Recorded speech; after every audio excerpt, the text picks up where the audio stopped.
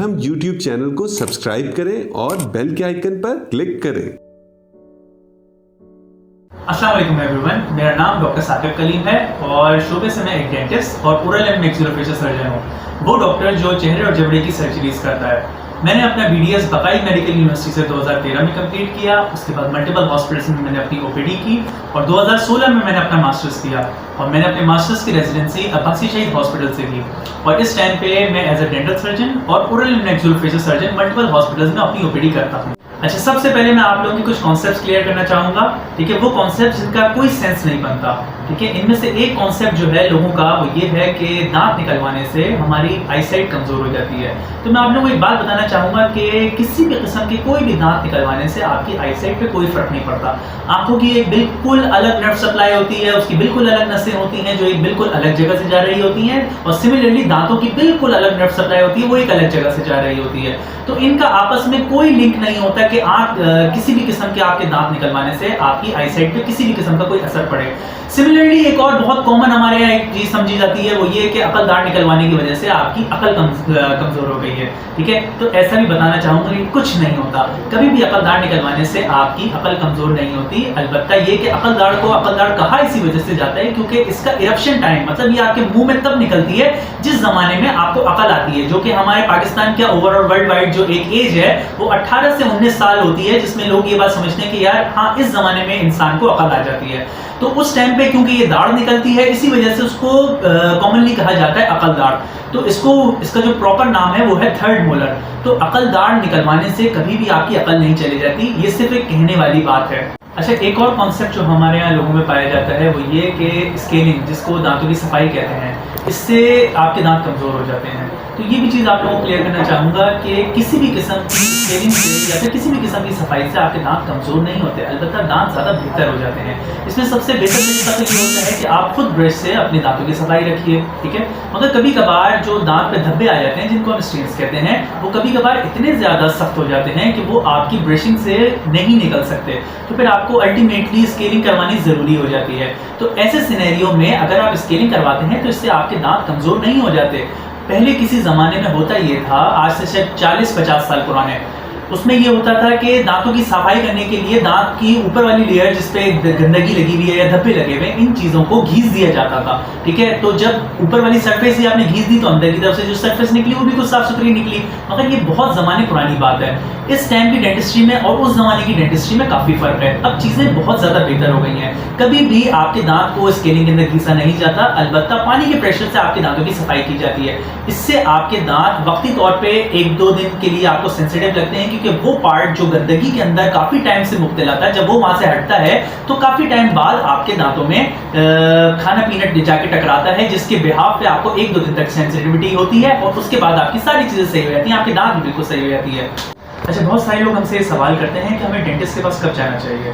तो उसका सबसे बेहतर और सबसे आसान तरीका ये है कि हमें हर 2 से 3 महीने बाद एक रेगुलर चेकअप करवा लेना चाहिए, जिसके बिहाफ पे हमें, अगर इन केस हमारे दांत में किसी भी किस्म की कोई कैविटी लग रही हो जिसका इल्म हमें खुद नहीं होता, तो हमें डेंटिस्ट चेक करके बहुत इजीली बता देता है। इनिशियली लेवल पे किसी भी किस्म के मसले को डिटेक्ट करने से सबसे बड़ा फायदा ये होता है कि हम पेन से भी बच जाते हैं और किसी भी किस्म के फ्यूचर में होने वाले प्रॉब्लम से बच जाते हैं। अच्छा, बहुत सारे लोग हमसे ये सवाल करते हैं कि डेंटिस्ट्री इतनी एक्सपेंसिव क्यों है, सिर्फ पाकिस्तान में नहीं वर्ल्ड वाइड। तो बात यह है कि डेंटिस्ट्री इतनी एक्सपेंसिव नहीं है, हम लोग खुद ताखीर करके उस चीज़ को एक्सपेंसिव अपने लिए बना लेते हैं, गैर ज़रूरी तौर पे चीज़ों को डिले करते रहते हैं। जिस तरह एक मिसाल है कि सबसे पहले होता यह है कि हमारे दांतों पे गंदगी लगती है। अगर हम उस गंदगी को अच्छे तरीके से ब्रशिंग से सफाई रखें तो हमारे साथ किसी भी किस्म का कोई प्रॉब्लम ना हो, मगर हमसे गलती होती है और हमारे वो गंदगी कायम रह जाती है। अच्छा, फर्ज कीजिए कि अगर वो गंदगी हमसे खुद क्लियर नहीं हो रही है तो हम डेंटिस्ट के पास जाकर उसकी स्केलिंग करवा सकते हैं। उस सूरत में कोई हमारे लिए प्रॉब्लम वाली बात नहीं है, मगर हम ये नहीं करते। हम क्या करते हैं, उसको गैर जरूरी तौर पर डिले करते हैं। इतना डिले करते हैं कि जिस टाइम पे वो गंदगी होती है वो कैविटी की फॉर्म अख्तियार कर लेती है। अच्छा, तब भी अगर हम चाहें तो हम उस कैविटी को क्लीन करवा के उस जगह पे फिलिंग करवा सकते हैं, मगर नहीं, हम ये भी नहीं करते। हम क्या करते हैं, उसको और डिले करते हैं। क्यों? क्योंकि वो हमें प्रॉब्लम नहीं कर रही होती, कोई भी सिर्फ एक स्पॉट दांत पे नजर आ रहा होता है, इसके अलावा हमें कोई प्रॉब्लम नहीं करता, तो हम उसको और डिले करते हैं। फिर एक टाइम ऐसा आता है कि वो कैविटी इतना डीप में जाती रहती है जहां पे आपके दांत की जड़ के अंदर दांत की नसें होती है, वहां तक जाके वो कैविटी एंड करती है। और जब कभी कैविटी वहां पे जाके एंड करती है, फिर हमें होता है दर्द। और दांत का दर्द आप सबको पता है कि दांत का दर्द कितना जबरदस्त किस्म का होता है। तो जब वहां तक हमारी कहानी पहुंचती है, फिर हमें होश आता है कि हम डॉक्टर के पास चक्कर लगा लें, ठीक है, डॉक्टर को भी दिखा लें, मगर तब तक हमारे हाथ से बहुत सारी चीजें निकल चुकी होती हैं, मगर सब कुछ स्टिल हमारे हाथ से नहीं निकला हुआ होता।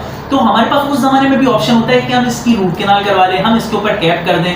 मगर फिर अगर हम सेल्फ मेडिकेशन करते हैं, और सेल्फ मेडिकेशन करते हुए हम लोग करते क्या है कि ये सारी चीजें कंटिन्यू रखते हैं जिसके अपने नुकसान भी मौजूद हैं, मगर हम सेल्फ मेडिकेशन करते हैं और हम इस चीज को और डिले करने की कोशिश करते हैं। फिर एक वक्त ऐसा आता है कि दांत का स्ट्रक्चर इतना ज्यादा जाया हो जाता है कि फिर हम उसको रूट कैनाल से भी सेव नहीं कर पाते। जो नेचुरल स्ट्रक्चर है वो दांत का बचता नहीं है, और फिर हमें हर सूरत दांत को निकाल देना पड़ता है। और जब एक दफा हम दांत को निकाल देते हैं, फिर हमें उस जगह पे या तो इम्प्लांट करना पड़ता है या फिर एक फिक्स ब्रिज करना पड़ता है, और दोनों सूरतों में ही हमारा खर्चा ज्यादा हो जाता है। मतलब ये चीजें आहिस्ता आहिस्ता मजीद से मजीद एक्सपेंसिव होती रहती हैं। तो हम लोग अगर इसको इनिशियल स्टेज पे ही डिटेक्ट कर लें और इनिशियल स्टेज पे ही आइदर इसकी स्केलिंग करवा लें या फिर इसकी फिलिंग करवा लें, तो डेंटिस्ट्री कोई एक्सपेंसिव नहीं है। मगर जिस तरह से हम इसको डिले करते जाते हैं, हमारा मसला बढ़ता रहता है, बढ़ता रहता है, बढ़ता रहता है, तो हमारे एक्सपेंसेस भी बढ़ते रहते हैं, बढ़ते रहते हैं, बढ़ते रहते हैं। इनिशियल स्टेज पे अगर हम इसको डिटेक्ट कर लेंगे और उस जगह पे या तो फिलिंग करते हैं या स्केलिंग करते हैं, तो हमारे कोई ऐसी डेंटिस्ट्री एक्सपेंसिव नहीं है। अच्छा, अक्सर पेशेंट हमसे ये सवाल करते हैं कि क्या स्केलिंग और टीथ व्हाइटनिंग का प्रोसीजर सेम होता है? उसका जवाब ये है कि नहीं, बिल्कुल डिफरेंट चीज़ें हैं दोनों। जब भी कभी आपके दांत की ऊपर वाली सरफेस पे कोई भी गंदगी या स्टेन्स आ जाते हैं, तो उस जगह की जो हम मशीन से सफाई करते हैं उसको कहते हैं स्केलिंग। जबकि टीथ व्हाइटनिंग का जो प्रोसीजर होता है वो दांत के अंदर वाली लेयर में अगर आपके किसी भी वजह से स्टेन्स आ जाएं, तो अंदर वाली लेयर की सफाई करने के लिए हमें टीथ व्हाइटनिंग का प्रोसीजर करना पड़ता है। स्केलिंग में हम आपके अपने सफाई करके दांतों के नेचुरल कलर को हम लोग प्रिवेल करते हैं, जबकि टीथ व्हाइटनिंग जो होता है उसमें हम अपना डिजायर्ड कलर ले सकते हैं। इसके डिफरेंट शेड्स आते हैं। आप जिस तरह कुछ लोग होते हैं वो हमसे एक्सपेक्ट करते हैं कि हमारे दांत बिल्कुल चमकते हुए सफेद होने चाहिए, तो उसके लिए हम स्केलिंग से उस चीज को क्लियर नहीं कर सकते, क्योंकि स्केलिंग के बाद तो आपके दांत का नेचुरल कलर आता है गंदगी हटने से, जबकि व्हाइटनिंग से हम अपने दांत का डिजायर्ड कलर ले सकते हैं। तो ये टोटली डिफरेंट चीजें दोनों। अच्छा, बहुत सारे लोग हमसे ये सवाल करते हैं कि जब एक दफा हमारे दांत में प्रॉब्लम आ जाए कैविटी की वजह से या फिर टूटने की वजह से, तो क्या ऑप्शन ज़्यादा बेहतर होता है? निकाल देने का ऑप्शन ज़्यादा बेहतर होता है या रूट कैनाल का ऑप्शन ज़्यादा बेहतर होता है? उसका जवाब ये है कि सबसे बेहतर तरीका तो ये होता है कि हम रूट कैनाल करके उस दांत को सेव कर लें और फिर उस दांत के ऊपर फ्यूचर में कैप करके उसको सिक्योर रखें। क्योंकि दांत तो हम बहुत सारे बना सकते हैं। बात यह है कि बहुत इंसान अपने एंड से बहुत अच्छे दांत बनाने की कोशिश करता है, मगर बात यह है कि नेचुरल चीज़ का कोई नेमल बदल नहीं होता। जो चीज़ कुदरती अल्लाह ताला की तरफ से हमें मिल गई, उस चीज़ का कोई नेमल बदल नहीं है। तो डेफिनेटली एक रूट कैनाल ज़्यादा बेहतर तरीका होता है, क्योंकि इसमें आपका नेचुरल दांत ही सेव हो रहा होता है। अब इसका प्रोसीजर ये होता है कि हम जो भी आपके दांत की खराब नसें होती हैं उसको वहाँ से हटा देते हैं, उस जगह पे आर्टिफिशियल नसें डाल देते हैं। जिस टाइम पे आर्टिफिशियल नसें डाल देते हैं तो आपका पेन और इन्फेक्शन सारी चीज़ें क्लियर हो जाती हैं, और फिर उस जगह को फिलिंग करके बंद करके उस दांत के ऊपर कैप कर देते हैं, ताकि ये फ्यूचर के लिए अच्छे तरीके से इस्तेमाल होता रहे। इस वीडियो के जरिए मैंने बहुत सारी चीज़ों को क्लियर करने की कोशिश की है। मजीद किसी भी किस्म की मालूमात के लिए मैं मरहम के प्लेटफॉर्म पे अवेलेबल हूँ ऑनलाइन कंसल्टेशंस के लिए, और अगर आप किसी भी किस्म के ट्रीटमेंट के लिए अपॉइंटमेंट लेना चाहते हैं तो वो भी आप मरहम के थ्रू ले सकते हैं। तब तक अपना बहुत ज़्यादा ख्याल रखिएगा। अल्लाह हाफिज़। हम YouTube चैनल को सब्सक्राइब करें और बेल के आइकन पर क्लिक करें। अभी मरहम ऐप डाउनलोड करें और किसी भी मसले के लिए 2000 से ज्यादा स्पेशलिस्ट डॉक्टर से ऑनलाइन ऑडियो या वीडियो कॉल के जरिए बात करें।